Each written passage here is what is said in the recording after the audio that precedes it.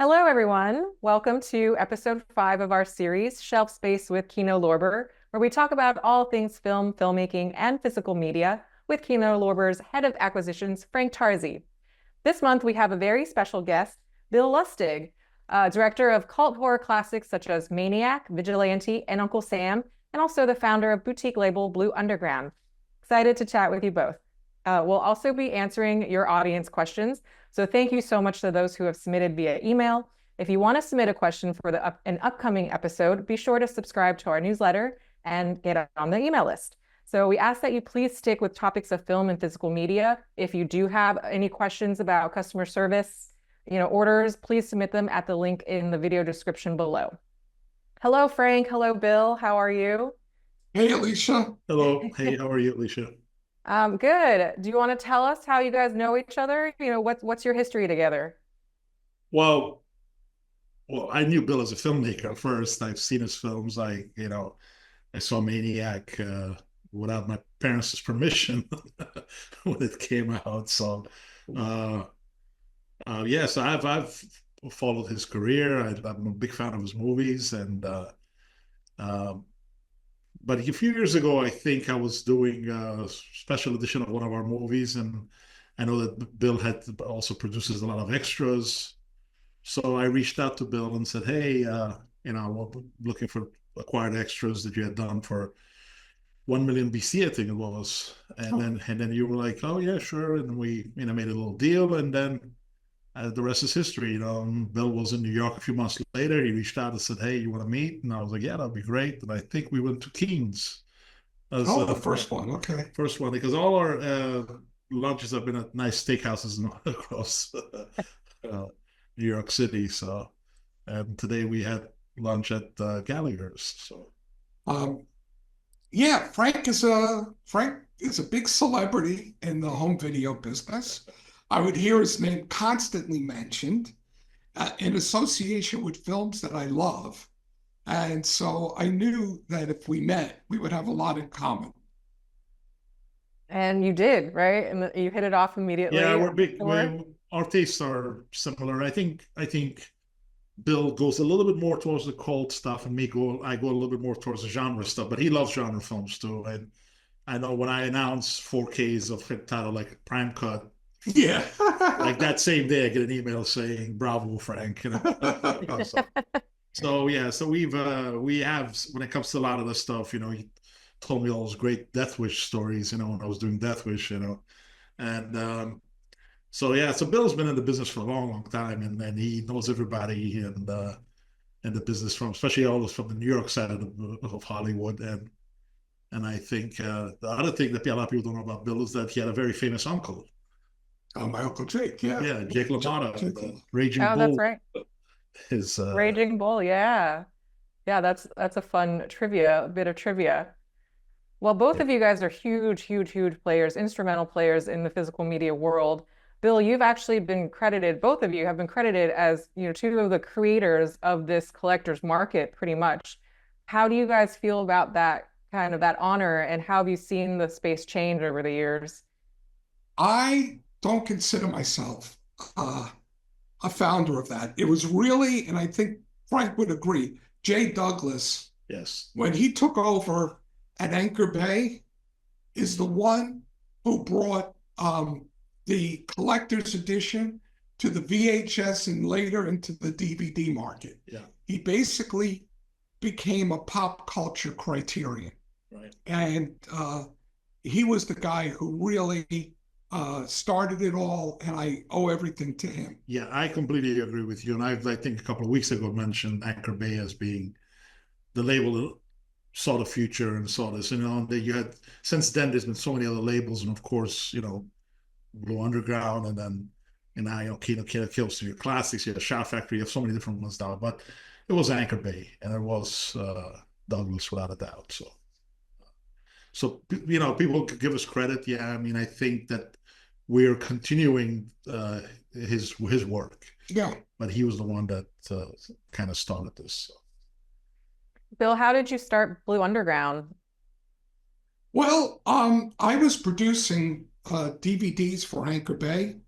I originally started with a 6-month agreement because they wanted to get Halloween, Army of Darkness, and there were a few others. They were having trouble with them. So I basically became their West Coast person, never on their payroll, but I was a subcontractor.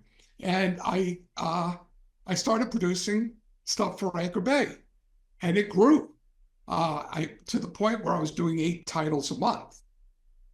Then I heard word that the company that owned Anchor Bay had put the company up on the sales block, and they had stopped acquiring films. And so that's when I started Blue Underground. There was like a 1 year where our work for Anchor Bay supported the startup of Blue Underground. And that's how it started. So it was almost like a seamless transition from Anchor Bay over to Blue Underground. Yeah. There was some overlap. Think of it as a movie dissolve. Oh, yeah. That's a great way to put it. Did you ever expect it to become such a beloved label for collectors? I hoped so. I mean, the idea was I was finding movies that I liked, and I wanted to introduce them to filmmakers. I mean, or to the audience.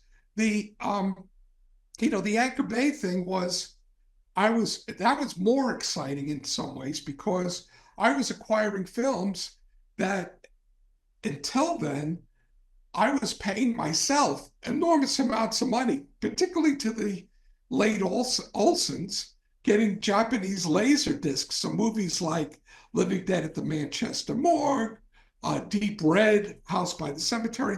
All these movies were coming out in Japan, but they weren't available in the US.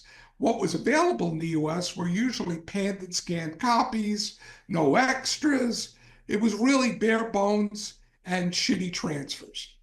So I felt there was a business to up the game. I felt there were people like myself who wanted to see a great copy of Deep Red or Suspiria or any of these movies. Yeah, and then at the same time, I was working at Kim's Video, where we were carrying a lot of these laserdiscs. We were bringing them over, and we were, special editions. And I would sell copies to William Friedkin and to other people. That they knew that we were the ones that carried this stuff. And we would. I still remember the phone call I got from him saying, "Hey, I need a copy of Bill du Jour." And I was like, "Well, it doesn't have English subtitles, Mr. Friedkin." He was like, "Oh, I know, it doesn't matter. I speak French." I said, "Okay." Well, I got to tell you, the Olsons used to charge me for these laser discs enormous amounts of money.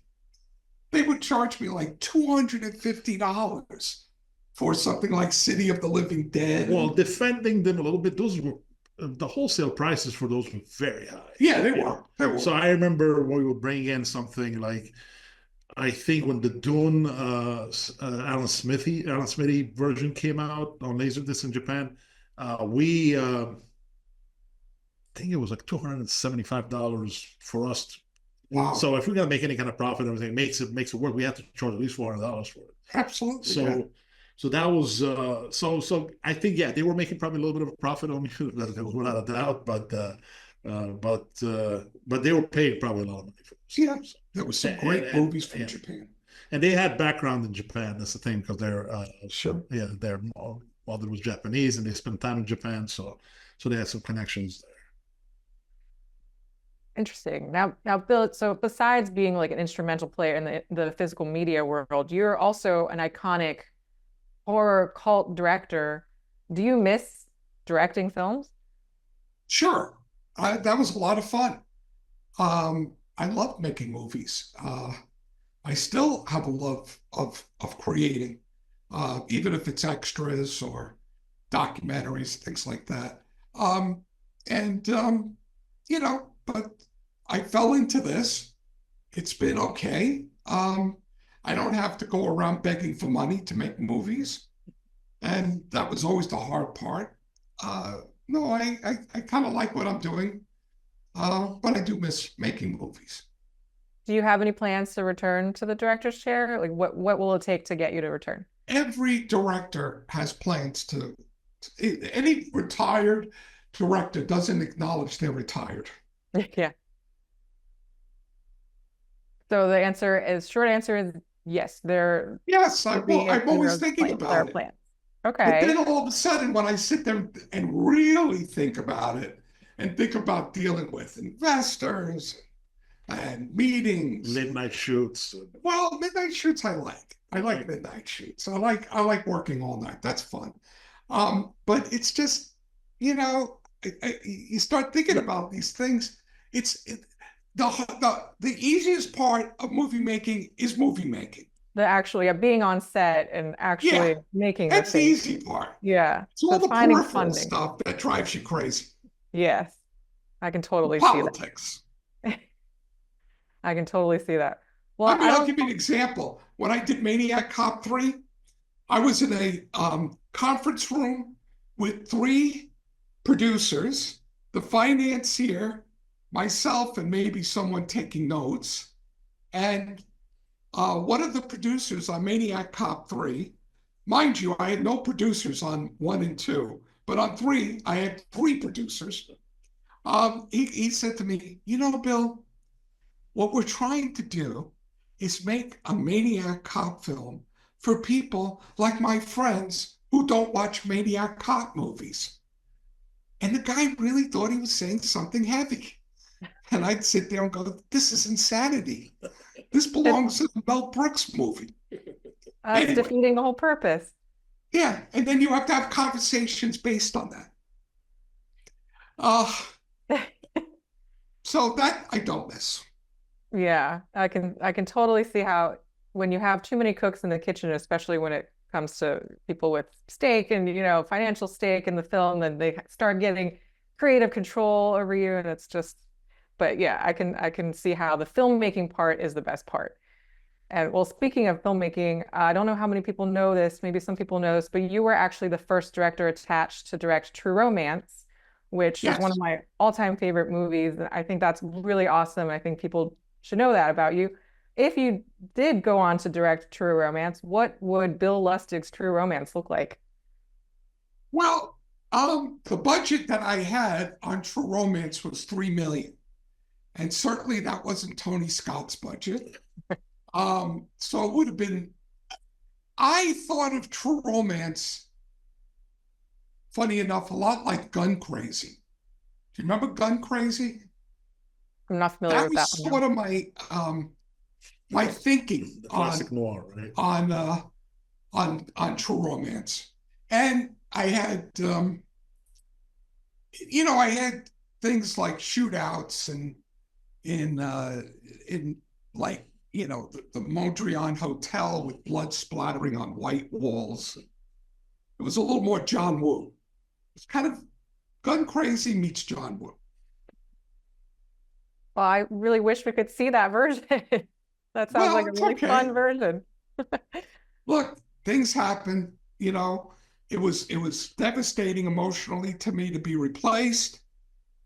Fortunately, I wasn't replaced by someone who was equal to me. It was, with Tony Scott, who was at that time the biggest grossing director.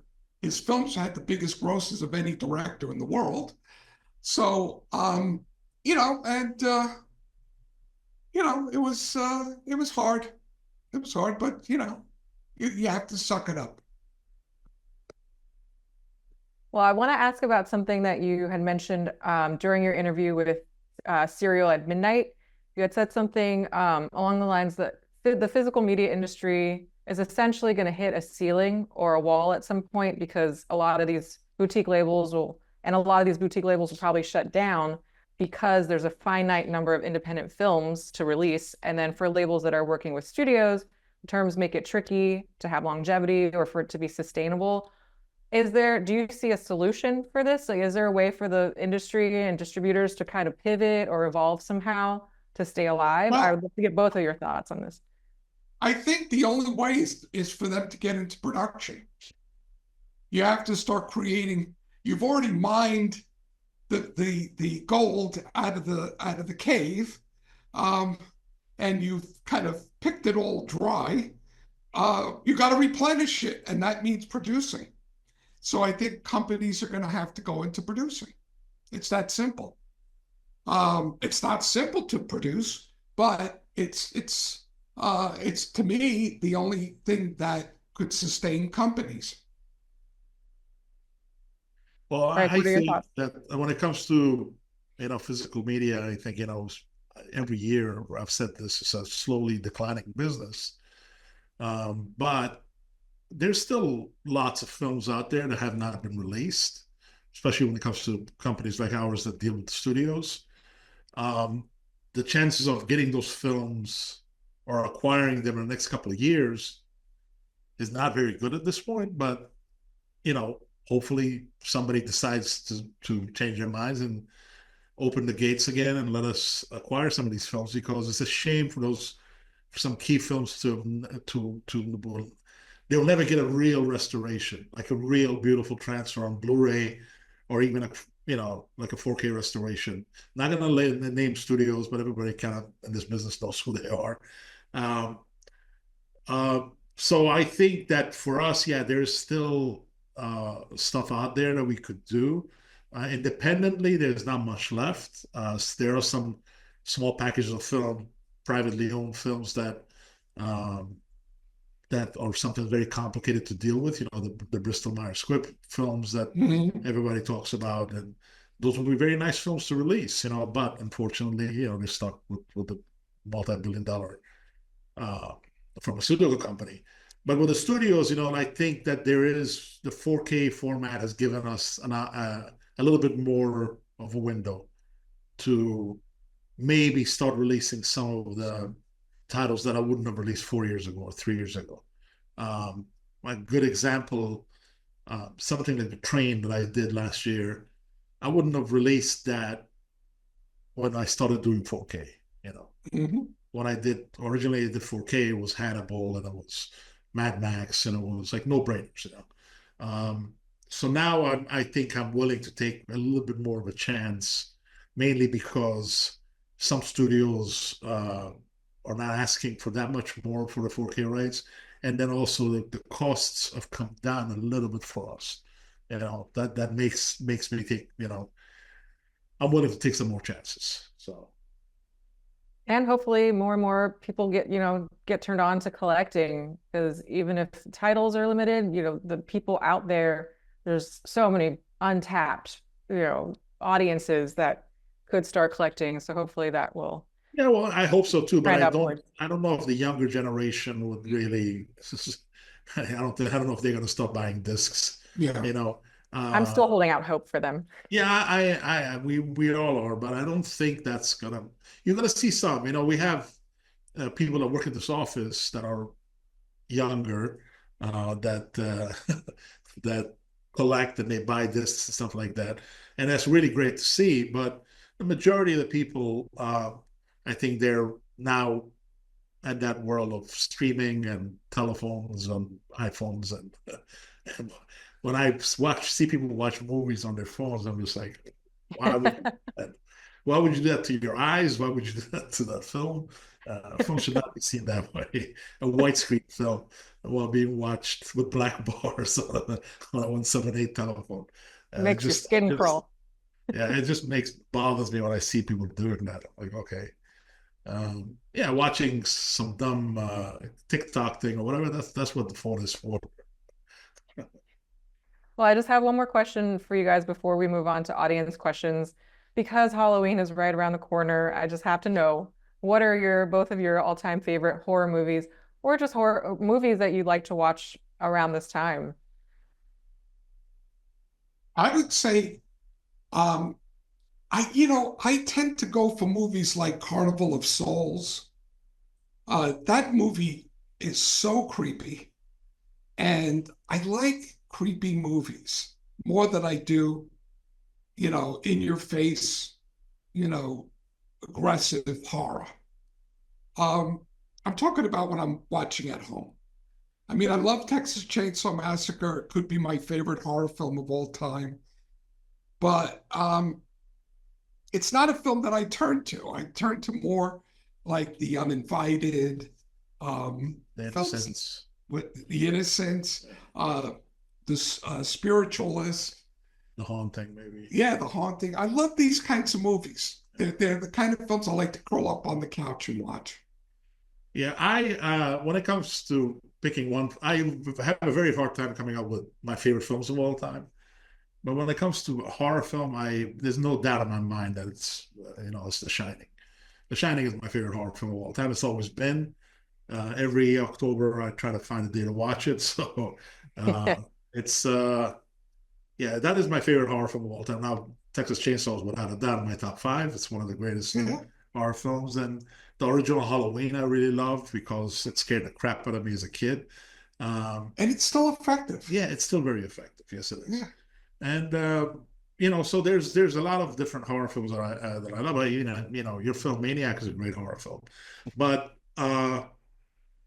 yeah, but that's one genre that I have no issue when it comes to it. I'm like, yeah, there's no doubt in my mind, The Shining is my favorite. But I agree with you. Films like The Haunting and Innocence, those films kind of get under your skin, and they're like really, really beautifully Like made, psychological. great performances, and I really do enjoy those films too. Yeah. Yeah, there's something about the psychologically creepy that really stays Right. with you. Right. Like I don't know. Yeah, go ahead. I'm sorry. oh no, I was just gonna say, I think the Japanese do it really well. Like something like Audition Right. stayed with me for a very, very long time, much Yeah, more than Audition is very before. different type of creepy because Right. it's very. I agree. Mike has done some really good ones, but Yeah. there's little things that make films that stand. I don't know if you know when you watch The Innocents, the opening 20th Century Fox logo opens with the children Oh yeah. choir, Yeah. and that is like so creepy. Like it's like just right away, you're like, okay, this is gonna be a good film. And it's like little things like that the directors do, and it's so strange to say that just the studio logo. When I watched it the first time, I'm like this is gonna be a good film because it was like so creative to do that, instead of the very loud da da da. Yeah. So, Awesome. Well, thank you guys. Let's turn it to audience questions, which we have a lot of. So we have some questions for Bill, we have some questions for Frank, and then we have some general questions for both of you. So I'll just kind of ping pong back and forth. I'll start with a general one. George asks, where can I go to research who owns the rights to my favorite titles? Yeah. That's the whole business. We're really detectives. And it's detective work. There's no answer. yeah, I mean, besides the obvious ones, Yeah. I mean, IMDb is a good place to check. Um, also who's released it previously on home video. That's a good place to check, but that doesn't mean anything because the rights could easily have ported over to somebody else after a certain point. But we don't want to tell you where to go because we don't need another competitor. Right. Next question. You could probably try to start your own label and try to pick up Very more. sneaky. We've already lost enough good films to other labels. We don't want to lose any more. So, Okay, next question. This question's for Bill. David asks, what did you think of the Maniac remake? Well, what did I think? I loved Elijah Wood. I thought he was a really good choice, but I questioned the use of POV in light of the fact that Elijah Wood was the star and he was there the entire time on set doing the POV stuff. And that was the part that I kind of questioned that decision. Also, I think shooting in LA, it looks too clean. Maniac is defined by New York, by New York grub. Yeah, and especially the late 70s, early 80s grub. There's nothing like those films in there. Yeah, so like the subway when they had the scene. scene in the subway, I felt I could eat off the floor. I haven't seen the remake, but does Elijah Wood play the Maniac, the Yes, he plays the Joe Spinell part. He does a Okay. more Anthony Perkins. Okay. So a little different spin on it. Yeah. Well, I loved the original. This is a question for Frank. Steve asks, are there any plans for more non-US noir sets or any HK cinema?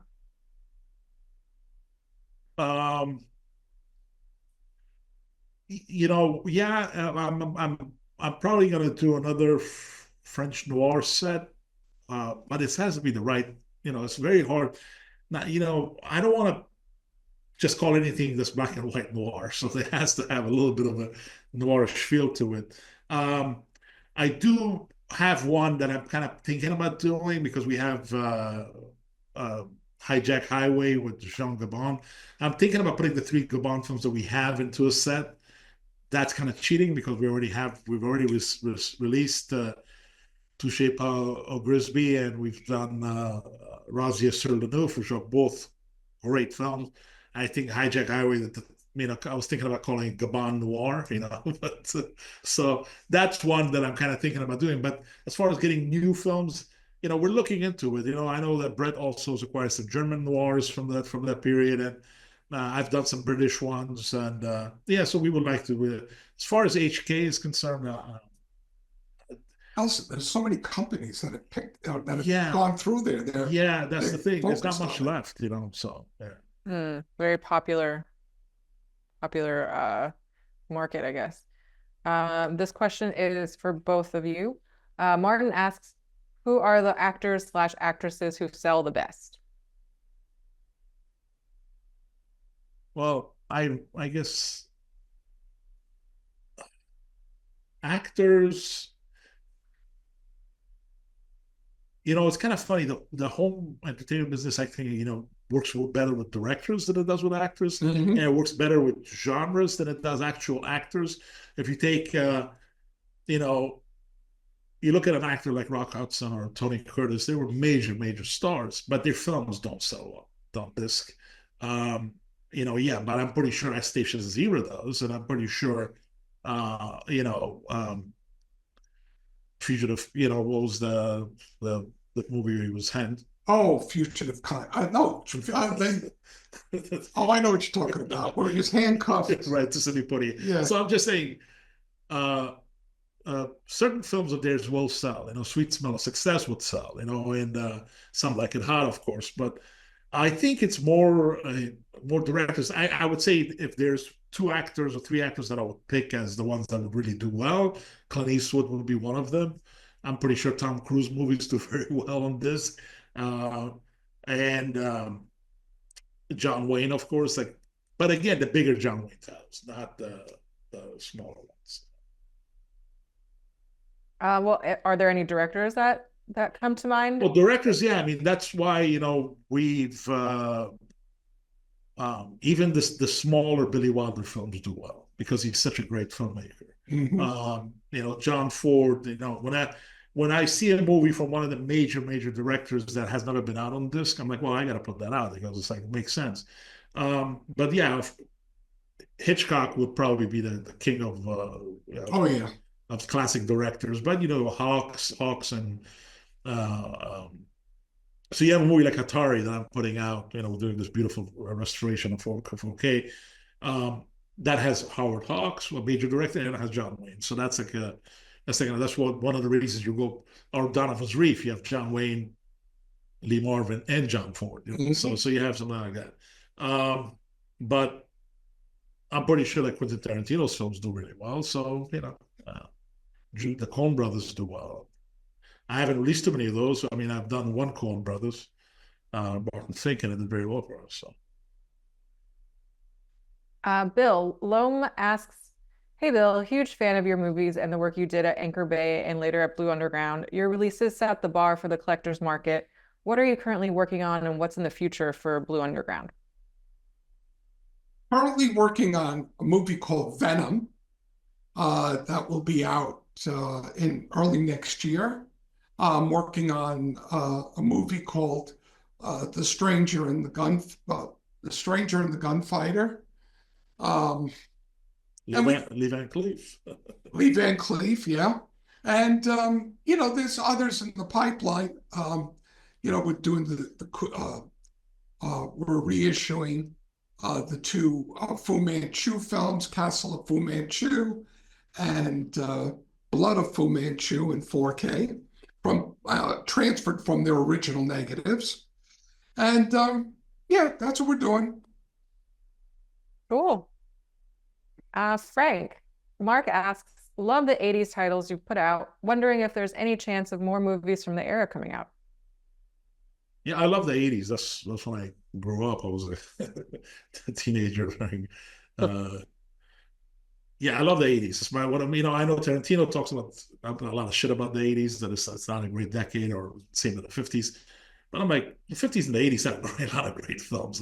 That's not just completely like wipe out everything that was made in the 80s and the 50s. There were some great films made during those 2 decades.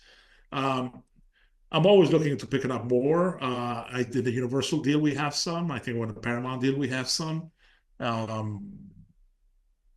Just to throw a title out, a film that has never, I don't think ever got even like a real DVD release, was Nathan Hayes with Tommy Lee Jones. Which one? Nathan Hayes. I don't know if I ever saw 1983 action film, adventure film, kind of a swashbuckler thing, and Tommy Lee Jones is the lead in that. So that's one we're going to be putting out from Paramount later. And then, I think in the Universal deal, I have, I think what he's asking for is more like the campy 80s stuff or the action films. So we do have a few of those type of titles coming out soon. Yeah, we have Oliver Stone's talk radio coming soon. That one we're going to do when you transfer, because the previous transfer, looked really bad. So it's going to come out. We're going to do a new either 2K or 4K scan. It's not going to be a 4K release. So it's going to be a Blu-ray release, but we'll figure out the scan and everything later. So, got it. This is a question for both of you. Paul asks, I'm aware of many films which, for various reasons, never found a distributor or were shelved by their studio. I'm curious to know whether you've made attempts to release movies that were completed but never distributed. If so, what kinds of obstacles got in your way? I've never tried it. No, I've never tried it. If a movie gets made and gets shelved, usually the studio probably shuts down the distribution of that, and they're not going to be licensing to it. Yeah. So, so I don't. Yeah, that's the. I mean, there's going to be situations where you would love to find all the scenes shot for the last Marilyn Monroe film, the one she did, Martin. If you could somehow get all the shot scenes and put it together and make a little documentary around it. But as far as films that are completed, I mean, I would need an example. I don't think there's that many. Yeah, I don't think there's any masterpieces sitting on a studio shelf. Yeah, I think masterpieces hit a lot of times where the times they got cut and those scenes got hit. Right. The cutting floor, like for famously Magnificent Ambersons and other ones. So, Bill. John asks, or actually Alex asks, Bill, any hope for Africa Audio in HD? I read somewhere that you weren't interested in putting out any more of the Mondo series after your stellar release of Goodbye, Uncle Tom. Well, I can tell you I'm not going to do it because the cost is so astronomical as far as the restoration and everything. And Africa Audio, you have to do it correctly. You have to do it like we did Goodbye, Uncle Tom, and that is to transfer the original Italian and the original English. So it's two completely different cuts of the same movie. And that is like enormous. And they're like 2.5 hours each. So no, I don't think I'm going to undertake that. Good to know. Frank. I was crazy to do Goodbye, Uncle Tom, by the way. I was absolutely insane to do it. Somebody did tell you that. Right? Yeah, you did tell me. I was insane to do it. You get into a project sometimes and you're in so deep that you're really stuck in the forest. Yeah. Yeah, that happens. Talk a little bit about that? What's that? Go ahead. Sorry, what were you saying, Frank? No, I'm just saying that happens sometimes when a project becomes much more expensive than you originally thought it was going to be. But you hope it's a film that you have a lot of confidence in, Like I know that our master for Invasion of the Body Snatchers became so much more expensive than we thought it was going to be, but it was still Invasion of the Body Snatchers. Still Invasion of the Body Snatchers. Yeah. So that the same thing happens to a much smaller film, Yeah, then you're never gonna recoup. So So you were saying it was an insane experience cost-wise, basically. Yeah, it became a money pit, Ah, I see. Okay. but we got through it. This question is for both of you. Alex asks, what is your favorite video store of all time? I have a feeling I know Frank's. Oh, yeah, of course. And it's going to be my answer as well. All right, Frank, should we say it together? 1, 2, 3. Kim's. Yeah, well, Kim's Video, yeah, that would be the favorite video store because Kim's Video was such a cool place. First of all, I started there as a manager. Within a few months, I became the head buyer, and I was the head buyer for three years there. And as much as I knew about film, I learned more by working there. That's how crazy that place was. Like we had such a I love the fact that it kind of confused the customer that walked in. They were like, "Where can I find this?" And we were like, "Well, it's under this director, or who the hell put stuff on the director?"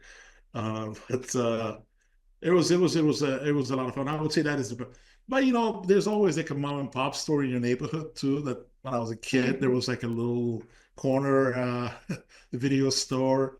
I think it was called Video Explosion or something like that, and they would bring one copy of every movie and stuff like that. And that was a place as a kid I got to go rent a lot of R-rated movies that I wasn't allowed to see. So that was a fun place. But yeah, Kim's Video, without a doubt. So it also was fun shopping at Video Shack. Yeah, Video Shack was a lot of fun. Video Shack was they also had that catalog. I don't know if you remember that catalog that had a lot of stuff you could order from them. Those were the days where VHS stayed for like $60. I know. $80. Ridiculous. So if you were once in a while they would offer deals and you could get stuff for half price. You could get one for $30, which is incredible. So I still remember my older brother, he had bought all the James Bond CBS Fox tapes, the one that pulled out. Oh yeah. With the original art, those and it's scanned. Of course, man, and scanned, but they look beautiful, packaging and everything. Well, now put on a VHS and look at it. Jumping back to the subtitle thing, another reason that I was influenced to put French subtitles was one day I was on the Champs-Élysées in Paris, and I went into Virgin, and they had on their end cap a lot of American movies, even though they weren't on French subtitled. They had a lot of American movies. And I got introduced that in France, they had a store called VO, and French subtitles were definitely prioritized. So I don't know how much that's add to our sales, but it's certainly, I know I get a certain amount of gray market sales. Sure, it can't hurt, right? No. Yeah. Well, something to think about, Frank. Yes. This question, go ahead, sorry. No, I mean, the one other question I do is, who does the QC for you sometimes? We do. You do? Mm-hmm. The Spanish and the French, you can speak? We have somebody who looks over the French and the Spanish, but it's Greg who actually looks at timing and positioning and all of that. It's really no big deal. It's not. No, because we find lift. typos and errors in the English subtitles. We always But I'm just saying that since if it's not just about the timing and everything, you need a person that actually speaks the language to make sure that there's no incorrect translation. And maybe we've had mistakes slip by, but one or two mistakes is not going to stop us from doing it. We don't want mistakes. Nobody. This question is for Bill. John asks, at what point did it become clear to you that DVD was going to be the next big physical media format? And when did you decide it was time to start your own label? Well, I kind of answered that question earlier about starting Blue Underground. The person who Jay Douglas came to me one day and he said, Bill, he had just come from a DVD demonstration. And he said, Bill, you're going to look at your VHS like your LPs. DVD is the future. So I wish I could say I discovered it, but it was Jay Douglas who did. Well, I remember when I was at Kim's Video and Warner Brothers released the first batch of titles on DVD. Very poor quality. Yeah. And they were all non-anamorphic at that time because there was no widescreen TVs at that time. Well, they were, but very few. But I remember putting a Laserdisc of a film and then a DVD of it, and I was like, Laserdisc looks better. Picture quality for Laserdisc looks better. And so, but I knew that was the future right away because of how light it was and how easy it was. Pretty much the same size as a DVD, a VHS. So you didn't have to get new shelves in a store. You didn't have to. You just had to. So we all kind of knew that was the future. And then when I started working at the Kino in 1997, at that time, Image Entertainment was handling our DVDs. And one of the first things I did was walked into my boss's office and said, "This got to stop. We got to distribute our own DVDs." And eventually, we got our Buster Keatons back, and I was the one that made the decision to put the Buster Keaton collection into one box set, which everybody was telling me in the office, "Are you crazy? Nobody's going to buy $200 worth of Buster Keaton." I said, and everybody just cares about the General and a couple of other ones. Nobody wants to see these lesser films. I said, well, that's the beauty of it. I think this will really work. And I remember, I've told this story before, but I remember being in Los Angeles during one of my meetings, and I went to my hotel room. It was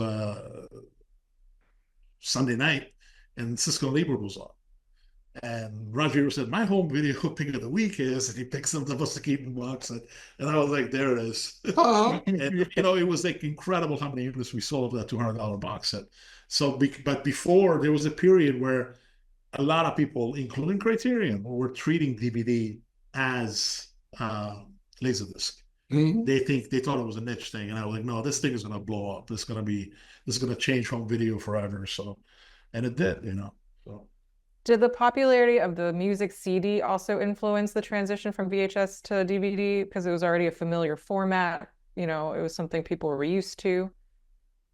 I just think it was so dramatic, the difference between VHS and DVD for most people. Right, picture quality. Yeah, the picture quality wise, it was so dramatically skipping through scenes and if you're watching a VHS tape and somebody says, "I got to show you a scene in an hour into the movie," you have to sit there. But with the DVD, just skip to it, and there was it. But I also think that when it came to Laserdisc was so big and clumsy, and it broke if you dropped it, especially the CAV ones. The thicker ones were if it hit the ground, it was cracked. So. But this was lighter than the CD, actually. Yeah. So it made lots of sense. I think that there was nobody in the business that didn't say that this was the future. We all kind of saw it. We were like, "Yeah, this is going to be it." Before that, we actually, studios started releasing letterbox titles on VHS, and I remember carrying like Bridge on the River Kauai and all these great films on VHS, but letterboxed. And I remember one time somebody at Kim's Video, a guy returned Bridge on the River Kauai because he's like, "Oh, there's black bars all over my screen. What is this?" And I was like, "Give him his money back, but tell him to never shop here again." As the head buyer, that's what I told the clerk.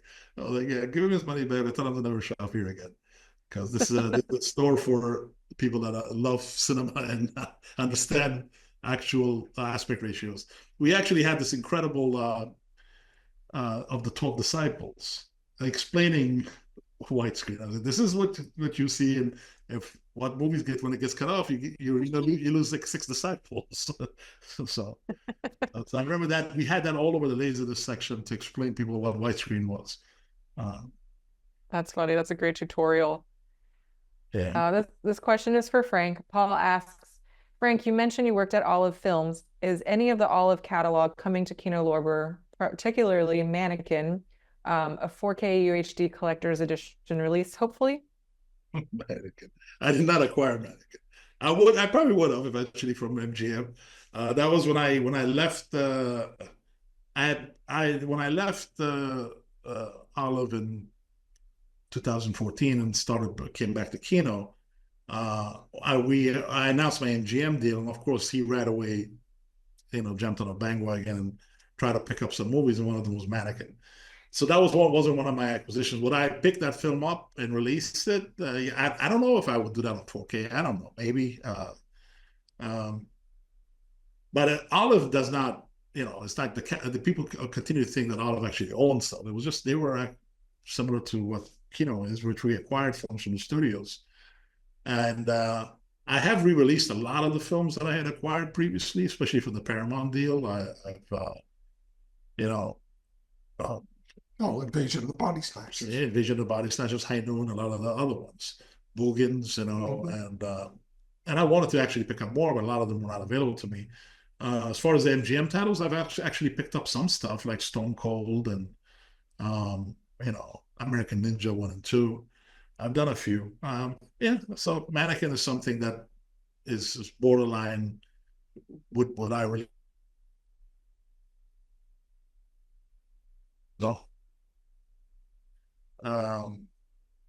re-release of it on Blu-ray. We do a new transfer, similar to what we did with Fletch and Fletch Lives. I don't know if I would release that on 4K. Got it. This question is for either of you or both of you. Pablo asks, I believe that physical media ownership decreases the control being exercised on the public by streaming platforms and provides more insight into films/miniseries through its special features. Do you agree or not, and why? I totally agree. For somebody who wants to do a deep dive into a movie, it's nothing like watching it on physical media. And also, what you're seeing in physical media doesn't have as much compression as it does in the digital media. So you're getting a better picture quality if you love the movie. So yeah, I think it's and most of the time the new transfers that we create are not being streamed elsewhere. It's only on the disc. So our new transfer of Vision of the Body Snatchers is the only place you're going to be able to see it is that on our disc. And the same thing with Night of the Hunter or whatever else we've done, To Live and Die in LA and all that. Because if you're going to go watch To Live and Die in LA right now on, let's say, HBO Max or something like that, it's going to be the older transfer. It's not going to be the new transfer. But yeah, the extras are sometimes so important, especially, we release an older film, like releasing The Train and still being able to use the John Frankenheimer commentary. He passed away a long time ago. I know. So it's incredible. It's really great to listen to him talk about his own film and the secrets of it and how the shots were done and how certain things were done by accident, Yeah, I'm a big fan of director commentaries. I'm a lesser fan of just commentaries, by people who are, quote, film historians and stuff. I really am not crazy about those. Some people are very good at it. Yeah, there are. Alan Rhodey, I think, is great. Yeah, Alan Rhodey, I think. Imogen Sarah Smith is really great, and Eddie Muller, and I think Tim Lucas is really good, and there's other ones too. But I know what you're saying. I mean, there was a period where I was not a big fan of his.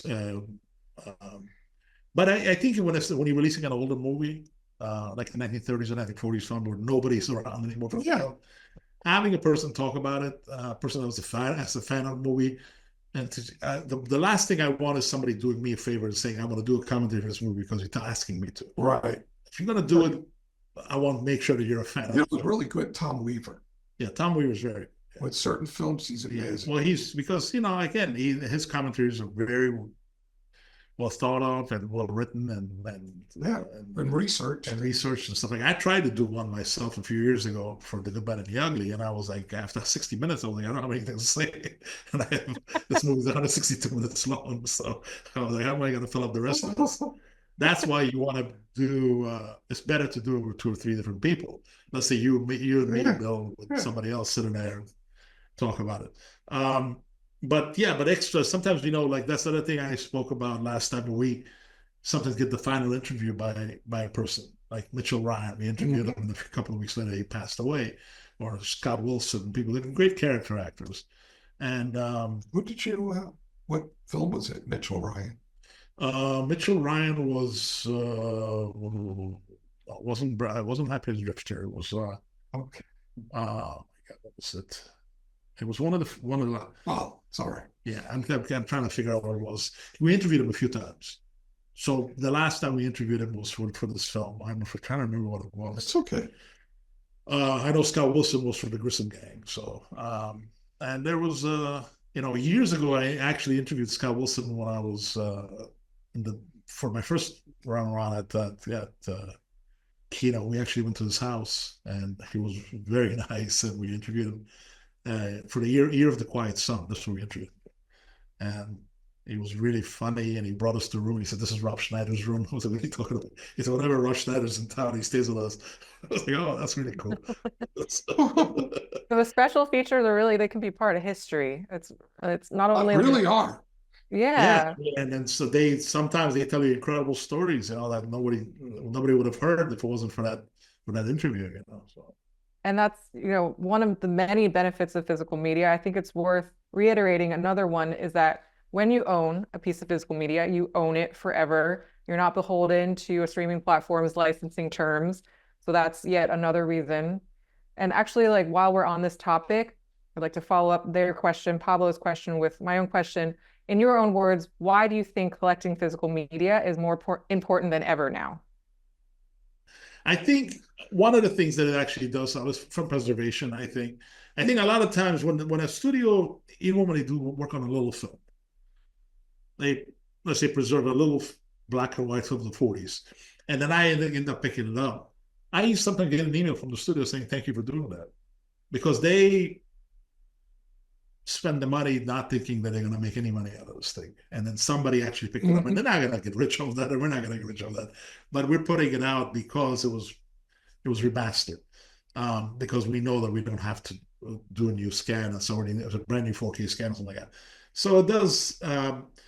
But I think as far as being, it's, like I think Benicio del Toro and Christopher Nolan came out defending physical media, and you own the actual thing. You have it on your shelf, so anytime I feel like I want to watch The Shining, I know I can go up my shelf and pull it out and watch it. Yeah, it doesn't matter if it's not being streamed anywhere. I will have that. It's like hanging on to LPs also, because you have the box with the sometimes with a booklet inside, and it gives you a real collector's edition. Right. Of, right. But the film you love. But that's also like sometimes it's just the movie itself. Yeah. That's the most important thing to some people, is just having a copy of the film for them to be able to watch anytime they want to watch it. So that's as far as my own collection has gotten smaller. I'm a little bit more selective on what I want to collect. There's like, if I have something on my shelf for 10 years and I've never touched it, I don't think I should own it anymore. So I end up, giving it away to somebody that probably cares about that film more than I do. So. And I, on the other hand, have a room in my place which is dedicated to home media, which has got shelves on every wall and boxes on the floor. Yeah. Well, Eric Wilkinson, who did an episode with us from MVD, he has this incredible collection. Like, if you see his like, just like, it looks like a video store. Yeah. He could start his own video store out of his house. Which he is actually starting a store. That's true. Wall-to-wall sound. Okay, Bill, this question's for you. It's a little bit of a long one. Carl asks, I first heard of Blue Underground when I bought Django bundled with The Last Pistolero. I love everything about this edition. I'm curious about the decision to issue The Last Pistolero as its own mini disc, how you became aware of the film, and if you were involved in its production, and anything you care to share about that process. My wife and I wish to send a huge thank you to everyone involved for that thoughtful, playful, and just plain fun expressed in this DVD release? Thank you. I got introduced to that short when I was, I think, through Franco Nero, and he put us in touch with the filmmaker, and we said we got to include this with Django, and that's what we did. Awesome. A few No, more. there's no chance we're going to put it on a little disc or something by itself. Took the opportunity. This question is for Frank. Frank asks Frank, how could you explain the deal Disney made with Sony about releasing some of their catalog? Does that mean Disney and Fox titles? And is Sony exclusively releasing these, or can Kino make deals for some titles? Thank you. Well, at this point, Disney has closed the vaults. So they're not licensing anything to anybody. So maybe a title here and there to Criterion. I'm not really sure, but as far as what Sony, I think Sony is just distributing their films. Yeah, they're doing it themselves. Yeah, they're just their existing library, the stuff that they've already put out. So it's similar to what Warner Brothers did a few years ago for Paramount and currently doing for MGM. I don't think that really affects any kind of deals. It's just a matter of somebody at Disney deciding to say, you know what, we could open the vaults again and let companies like Kino and others come in and pick up some movies from this great library, including the stuff they own from Fox. But I don't think one has anything to do with the other. So those type of deals, like Mill Creek deals and stuff like that, they're more of like just a distribution deal. They're just handling the sales for them. So. Gotcha. Roberto asks, this is for both of you, are there any formats on the near horizon beyond UHD 4K? I just started buying 4K discs this year and am reluctant to keep buying even favorite films on new formats if the difference is minor. I hope not. I hope, well, but I think the thing is, 4K is has the resolution of 35 millimeter. And how are you going to go beyond what is equal in resolution to the source material? Now, there could be stuff made on video specifically for 8K, but it would be new stuff and it would be shot on video, or digitally captured, I should say. Digitally captured, but I don't know how you would really raise the resolution. What's the reason? Well, not many times when they are scanning 77 millimeter or 65 millimeter kind of elements, they do them 6K or 8K. The studios do this, right? Because that's not 35, that's 70 millimeter. So I guess for those type of films, if somebody wanted to do, that's not a. But that's like a one-off. Yeah, I know how many. There's maybe like 100 or so titles that they would do that. I just, I hope not. I hope that there's right now. I've said this a bunch of times. If you take a film and scan it in 4K and do a beautiful transfer of it on Blu-ray, it's going to look great on your 4K TV. Yeah. It doesn't even have to be, actual UHD. If it's 1080p, but it's a beautiful Blu-ray transfer, that's going to look great. So a movie like Missing in Action, we did a 4K scan, but we released it only on Blu-ray. Same thing with the second one. Those films have never looked that great. I mean, I don't think. I think if you ever went to the movie theater and watched it, it didn't look as good as it does on that disc. So whenever we do a 4K scan and just decide to put it out only on Blu-ray, people are always complaining. But I'm like, no, this is still better than anything that's ever been put out before, and it's going to look great on your TV. Give it a chance. We cannot release everything on 4K. It's too expensive, But I hope there's no other format. I hope there's not an 8K discs coming out 5 years ago. I don't see how much more you can improve stuff.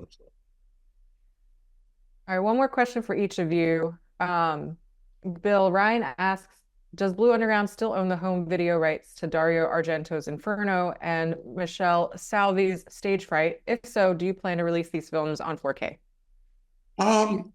Well, yes and yes, but I've had trouble accessing the negatives to do 4Ks. So if you can access them, then yes. Yes, but Okay. it's been difficult. Gotcha. Frank, Henry, a few people asked this actually.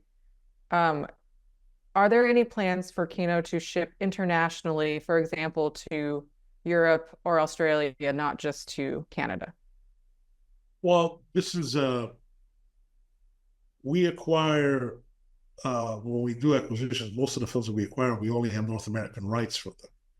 So we're not acquiring worldwide rights. So for us to be shipping abroad, we'd be kind of breaking the rules. So we cannot do that. Now, there are films that we own outright, the international films that we have all worldwide. We do ship those worldwide, but it's a very small percentage of the business. The main thing is that if somebody wanted to buy these films, they could buy them from Amazon.com. They could buy them from many other websites that ship internationally. We are not allowed to do it. It's against, we'd be in breach of contract if we did that. I know that labels in UK and Australia, stuff like that, they all ship worldwide, and that's why the fans are confused. But they're taking a chance. They're breaking the rules. We're not going to do that. So. That makes sense. All right. Well, thank you guys for answering questions, my questions and audience questions. Do you want to make any announcements? Do you have any announcements you want to make before we wrap up? I guess, yeah, I think we made them in the show. Yeah, we announced well, I guess let me just come up with a 4K title. We do have Jamie Foxx's Ray, coming soon on 4K. Taylor, who directed that one? Taylor Hackford. Yeah, it was Taylor Hackford. Yeah. So that's going to be a really nice special edition that's going to come out later. We may do Atmos from now on. I don't know, because the music. So at this point, I still haven't done a dig Dolby Atmos. I was gonna do it for doing it right now for that. Yeah, I was gonna do it for To Live and Die in LA. It would have been fantastic. But when I got the quotes I got for how much it was gonna cost us, I was like, I got chickened out. So I was like, no, in hindsight, I probably should have done. So there it is. Okay, well, thank you for that. And thank you both for joining us today, and to everyone watching. And thanks to those who submitted questions. Bill, thanks so much for being our special guest today. My Frank, pleasure. Thank you, Frank. Yeah, thank you for your insight as always, yes. Frank. And please check out the titles that we discussed today, along with thousands of others, at kinolorber.com or klstudioclassics.com. Both of those links are in the description below. While you're there, please sign up for our newsletter if you haven't already, and be sure to follow us on social. Thank you so much, everyone. Check back next month for episode 6, and happy Halloween. Bye now. Bye. Bye, everyone.